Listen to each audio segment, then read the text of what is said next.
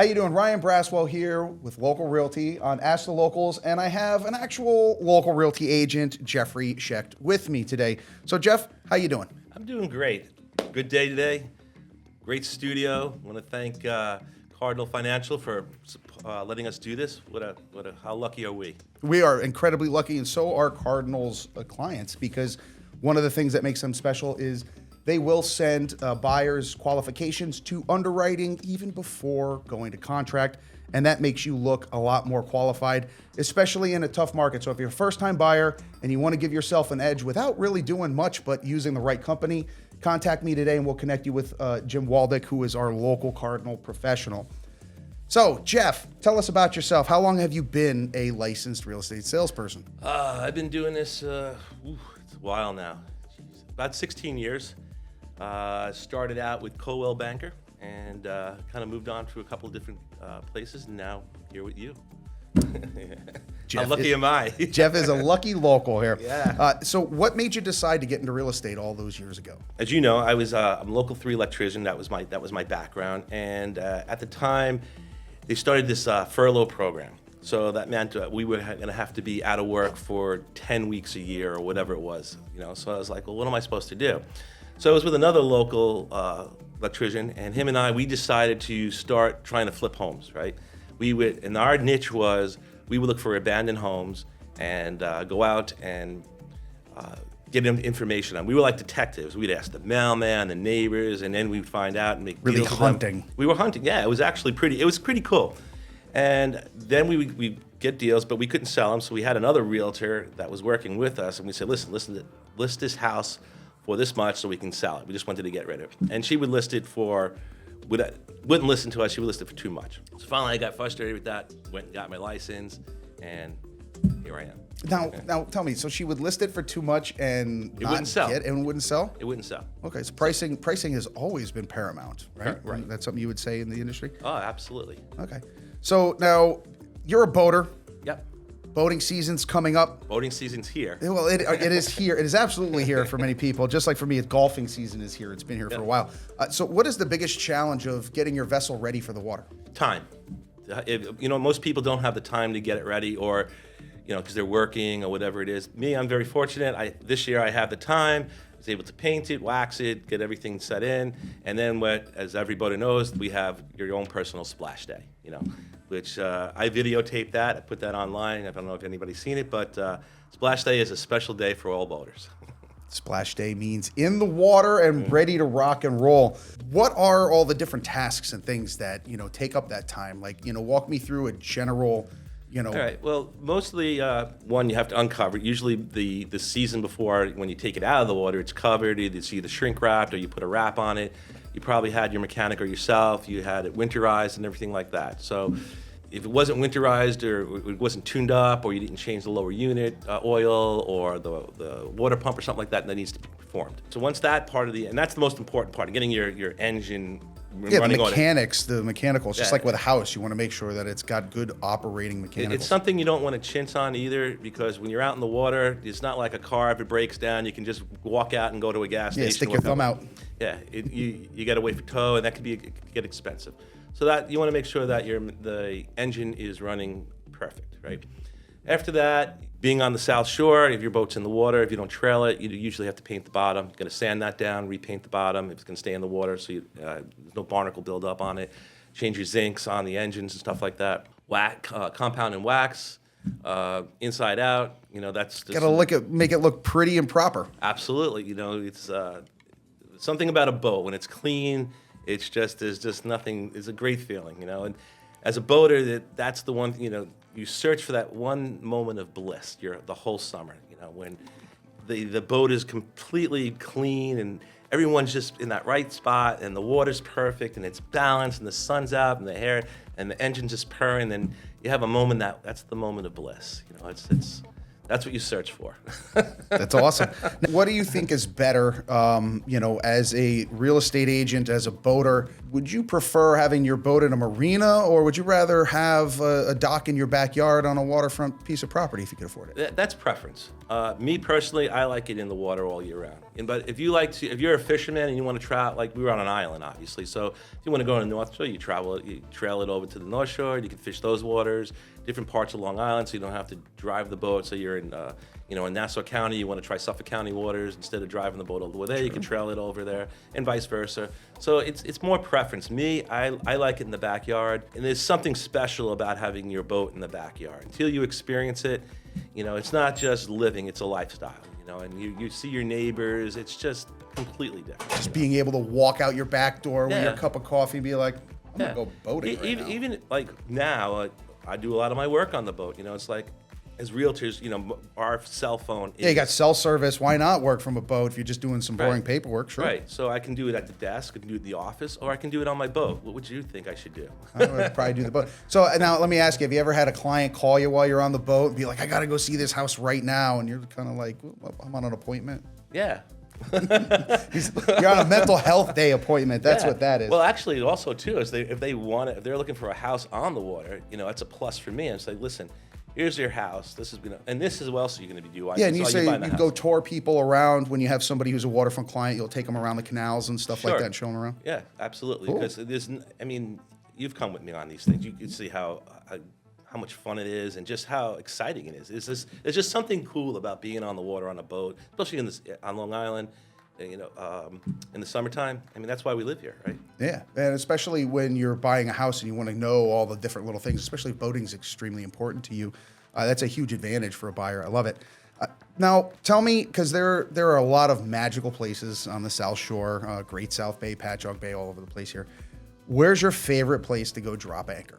Well, I don't want to really talk about that because I don't want anybody else there. But okay. The secrets are going to be held safe. Give us a couple spots then. Maybe not your favorite, but where should people go for a great, Saturday afternoon? Most of the locals, they'll go to one of two spots. They'll either go to Kismet over at Fire Island. That's a lot of locals there.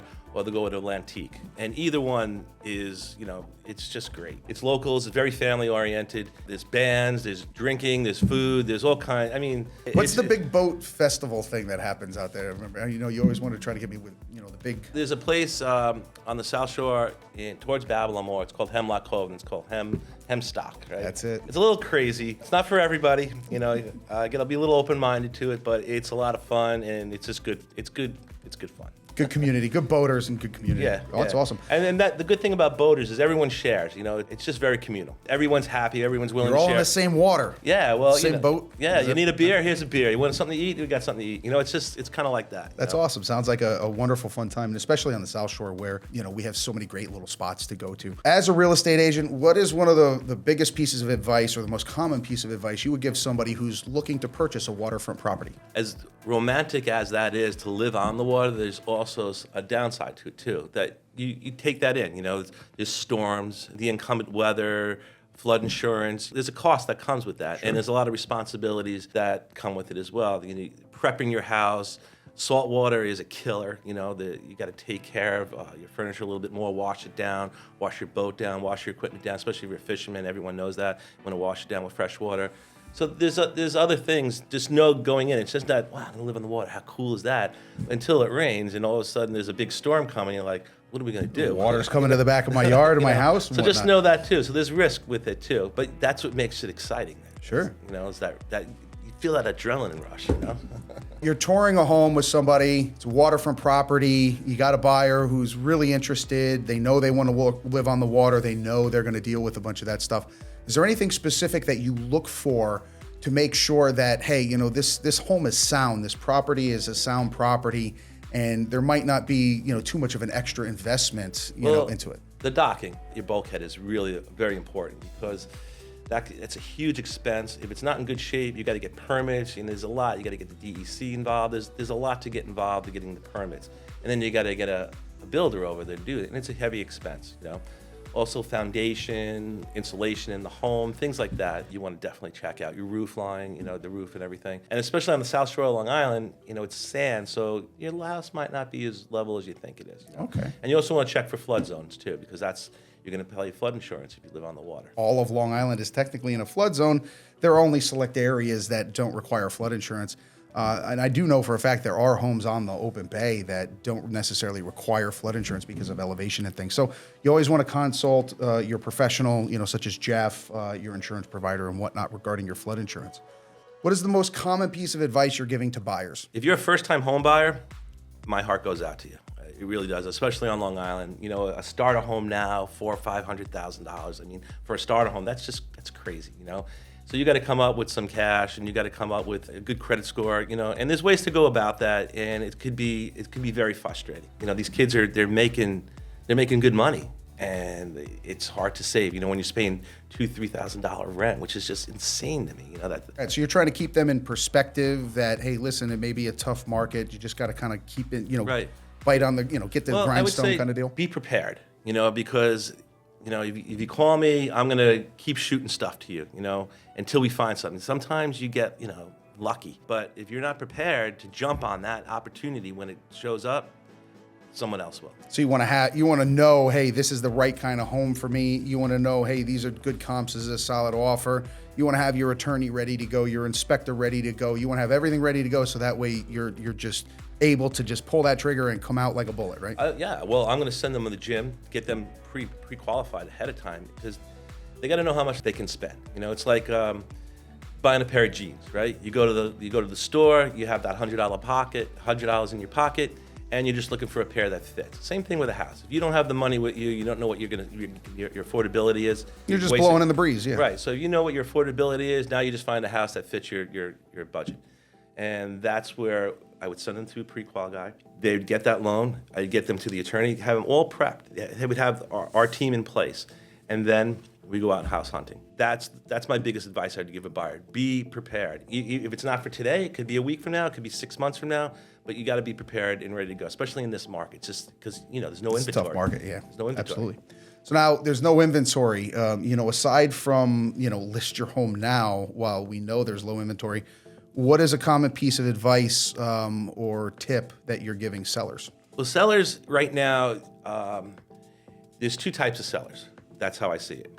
You have a lot of equity or you have no equity. All right. If you have anyone who bought in the last 7 years doesn't have a lot of equity, they have a low interest rate, they're not selling. They're just not. Someone who's been in the house for a long time, 20 years or so, bought it when you and I bought houses back in the day.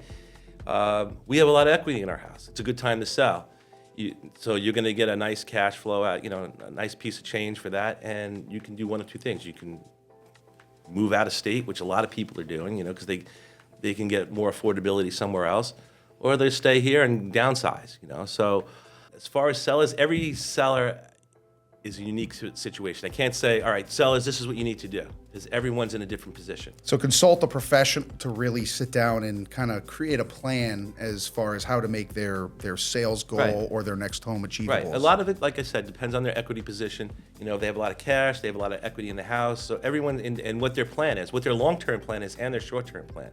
That's why like refinancing is, it's to me is not the best thing to do. If you plan on staying in that house for a long term, I think refinancing is a great thing. If you just bought the house, like, well, I want to get my payment down, and you refinance, and you're going to move in 3-4 years, it's not a good idea. Yeah, I doubt many people are going to be refinancing right now with the interest rates that they are. But even for those who did and refinance and were able to refinance to a slightly lower rate, it does seem like that's kind of handcuffing them a little to the house. Oh, absolutely. So definitely, every seller's situation is going to be unique and different. So you want to consult a professional such as Jeff or a local realty agent, someone in your market, so that way you can have the best piece of advice, for that. We have a tough market, low inventory is low. How do buyers set themselves apart from their competition, which is other buyers? Being prepared, being open to, like a lot of people like, well, I just want to live here, all right? And, with low inventory, it's... Well, say they found that house and like, I want to live here. And okay, there's a multiple offer situation, on the property that they know, they want, they love, what would you do? Are there any little nuances, things that they could offer in addition to, aside from, hey, I'll buy cash or guarantees or anything? Is there anything that a buyer can do to really say, hey, I'm the best buyer for you? Oof, it's a tough question because there's so much competition out there and there's so little inventory, and money is the driving factor right now. As far as what can they do, a lot of it depends on what the seller also wants too. The seller might have things that are sentimental to them, and if those buyers are willing to keep those things in place, whether it be a tree or a room or something like that, that plays a big part in it too. And just being compassionate to, most of the people who are selling their house are like, I did all this work, and they're very proud of it. And sometimes it adds value and sometimes it doesn't. But just understanding that's important to them, that could play a part in just being personable and trying to maybe, the sellers are, as you know, they can have two good offers. One might be higher than the other, but I don't really like these people. I really like this couple. This couple seems genuine, and that's who I want. I want to have this couple take over our house because I feel they'll put as much love into it as we did, and that's what they'll. Now, that sounds like it opens a whole door into fair housing problems and issues. So how does a seller make a decision so that way they don't end up potentially with a fair housing problem? Well, as a realtor, I'm just presenting the offers, and if they're in the house while we're looking, sometimes sellers are there, sometimes they're not. We try not to, we don't like the seller in the house when we're showing the house, because it's not in their interest is to be around with all the buyers there. But sometimes there are, and as you know, they'll go around us sometimes, and it's their property. Yeah, we're there to educate, inform, and guide, and ultimately They are the decision maker. Right. We tell the seller, here's the terms, here's the price. This is my recommendation. I think this is. We called the loan officer. They're legit and everything else. This one we're not too sure because we couldn't get in touch with the loan officer. Yeah, their financials aren't as solid as this person over here. Right. These terms, you need to get out right away. They can get in right away, or something. They don't have something to sell.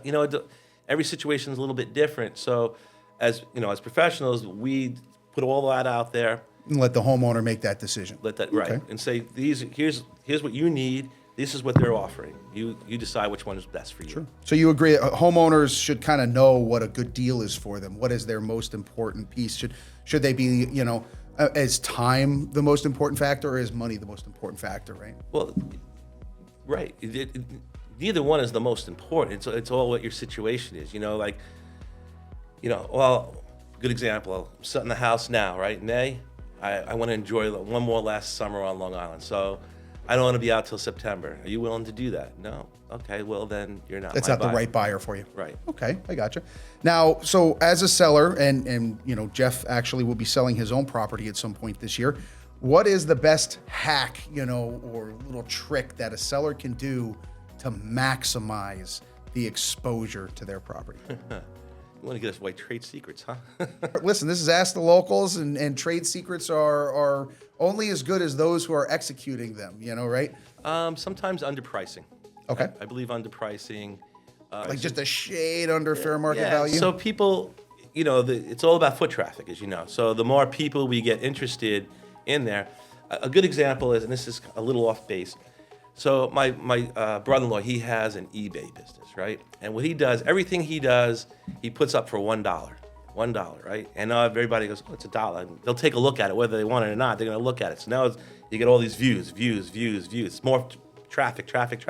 I'll put $1 in. Now it's $1.50. Now it's something. Now it becomes a competition, and that's part of selling a house. When you get a bidding war, people get competitive. They want to win. That competitive nature in them comes out. So it's like, wow, that's a little under. We're going to get that house, and then it becomes emotional, as you know, and that can help drive up the price. So one of the big suggestions is pricing your home at or just slightly below fair market value to really kind of expose it to the most amount of buyers. I think that's a hack. I think works. Sure, absolutely, especially if you want to sell quicker. Correct. What do you think? What kind of hack do you like? I completely agree with that. I think that pricing aggressively is one of the best things that a seller can do, because you don't have to go out there fishing. You don't need to throw a bobber out there and just sit back and wait for a buyer, because time on market, days on market is going to be a killer. Well, hey, Ryan, this house has been sitting for 30 days, 40 days. What's wrong with it? Can we offer less? Whereas usually your first offer, your first buyer, those first people who are interested, those are usually the best, because they're, like what you said, they're prepared. They know what they want. They know where they want it. They have all their ducks in a row. So by attracting as many of those people as possible, I think that's great.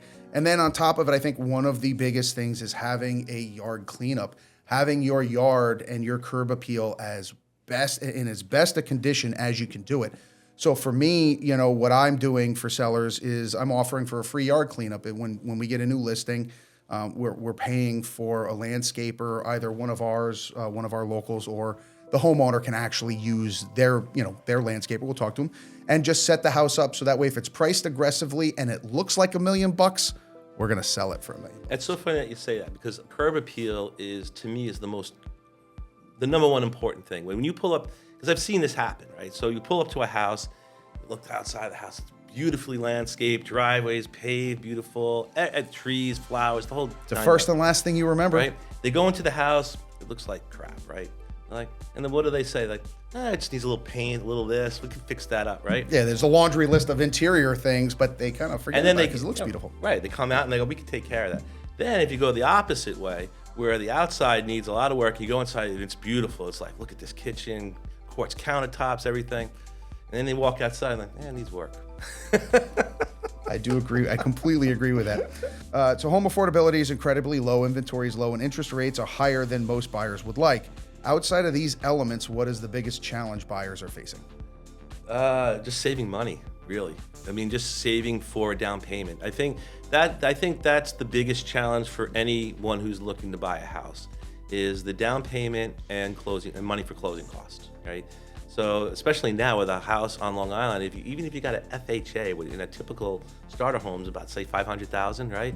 So you need like 15, 16, 17.5 just for your down payment. Just for down plus, payment. And how do you estimate your closing costs? Do you give like a general number or figure? Yeah, usually as a benchmark is like 12 to 15,000. Usually is a good benchmark, and if it's under, that's great. It's money in their pocket. Yeah, kind of depending on the taxes. You have to pay 6 months of your taxes up front at the closing. So, if you got $12,000 in taxes versus $6,000 in taxes. Right, and usually the loan officer will give a truth in lending statement, and that'll give you an idea of what those closing costs are going to be. That's the biggest challenge. If you're asking what the buyer's biggest challenge is, especially for the young people they're making money, but they also now they're renting. If they're not living at home or something like that, they got to rent. They're paying $2,000 a month. Stop buying Starbucks. Right. No, seriously though, I always found those funny, right? Like, oh, if you didn't buy Starbucks or if you didn't buy beer, you would have X amount. Right. And it's like, well, do you drink Starbucks? Like, no. They're like, well, where's your house? Right.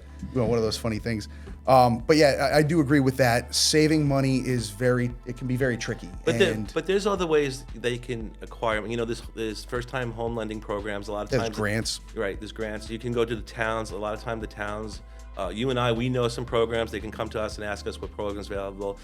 They can ask. I know that Cardinal has programs as well. There's also, if you have a 401k, I know you can borrow out of your 401k. I'm not sure about IRAs, but you have to speak to your financial or your accountant or something like that. But maybe your parents have some money to help you out, or gifts. There's a lot of other ways. You just got to be. Real estate's about being creative. So that's what you have to do. You have to be creative and put your ego aside. It's okay to ask mom and dad for a couple of dollars to get that house, and you just pay them back or whatever your arrangement is. But the goal is to get into the house, and by any means possible. Now, so are you a fan of the starter home, the spring pad home, so to speak, or should somebody just go for that dream home right away? It's a combination of both. All right. When you're first starting out, what I was always told when I bought my first house is like, all right, this is going to be your first house, and eventually might move on. But if you can't, make sure that you're going to be comfortable in the house that you're going to move into. That is going to be big enough for whatever you're planning. If you plan on having a family or whatever, make sure you're going to be okay with that. That's what I would say. So as far as a starter house, back in the day, you were able to do that. Now, it's a little tougher. So someone who's looking at it for a house, make sure that you're going to be comfortable in the house. If you're stuck in that house, you're like, all right, we wanted to move, but we're going to be here, so we'll expand, or whatever it is. We're happy with our school district. We're happy with our neighborhood. We like the town. We like being near whatever it is that they're going to be near. That's what I would say. Okay. Straight away, is now a good time to buy or sell a house? Always a good time to buy or sell a house. Always a good time to buy or sell a house. I like that answer. Because if you have to have a house, you kind of need to buy. Right. You do need to buy, and real estate is still the best investment out there. Best hedge against inflation, yeah. Yeah. Look at the stock market, man. You just see what that. Do you feel better with that, or do you feel better with? There's only a finite amount of land, so it's only going to go up. Fair enough. What is the craziest real estate story that you have? Buyer, seller? It's with you. Really? Yeah. So tell us about it. The East Rockaway story with the million cats. Oh yes, that story. Yeah, that is a crazy story. I'll have to do a separate video on that one. Actually, we'll talk about that one. So, what's the most boring real estate story you have? Oh, they're all boring. Just basic stuff. I don't think there's any real boring because there's always, with every deal there's always speed bumps along the way that, some people get excited and like, oh my God, I can't believe this. You just got to take it with a grain of salt, and just so it's kind of advantageous if you have a boring real estate deal. That means there were no major hiccups or hurdles or anything to kind of overcome. Because every deal, maybe the other agent's kind of like, annoying or doesn't return calls or texts. Yeah, or the attorney, or it's the loan officer, or the inspector, or it's always, there's always some kind of a little hiccup somewhere along the way that there's nothing ever has gone like super smooth. I mean, it goes smooth, but there's always little, What's bumps. the most common hiccup that happens during your inspections? I hate inspections. I hate inspections. I fear inspections because a homeowner, the person who's buying the house, is hiring someone to critique the house, to find something wrong. So it's the inspector's job to give them something wrong. It could be a brand new house when the work was just performed, and that guy has to tell them that there's something wrong with it because they're paying them to find something wrong with the house. So that's. Well, I would disagree with that. I don't think you're paying them to find something wrong for the house. I think you're paying them to give an accurate assessment on condition. Okay. And regardless of if you're a buyer or a seller, you'll remove both parties. And what do you have? You have just a house. You have a structure. So, I can understand, that fear of it, but some of that comes down to a homeowner and their maintenance. If they maintain the property well enough and they do certain things, inspection shouldn't be a problem. Well, sometimes it is because I've had an inspector come in there with an X-ray machine looking at walls. I'm like, what the hell are you doing, dude? I had somebody pay an engineer $1,500 for their inspection. It took 4 hours. And it was the worst written inspection that I've ever seen in my life. There was not a single thing wrong with the house. There was not one defect on that last defect page, but it took them 4 hours.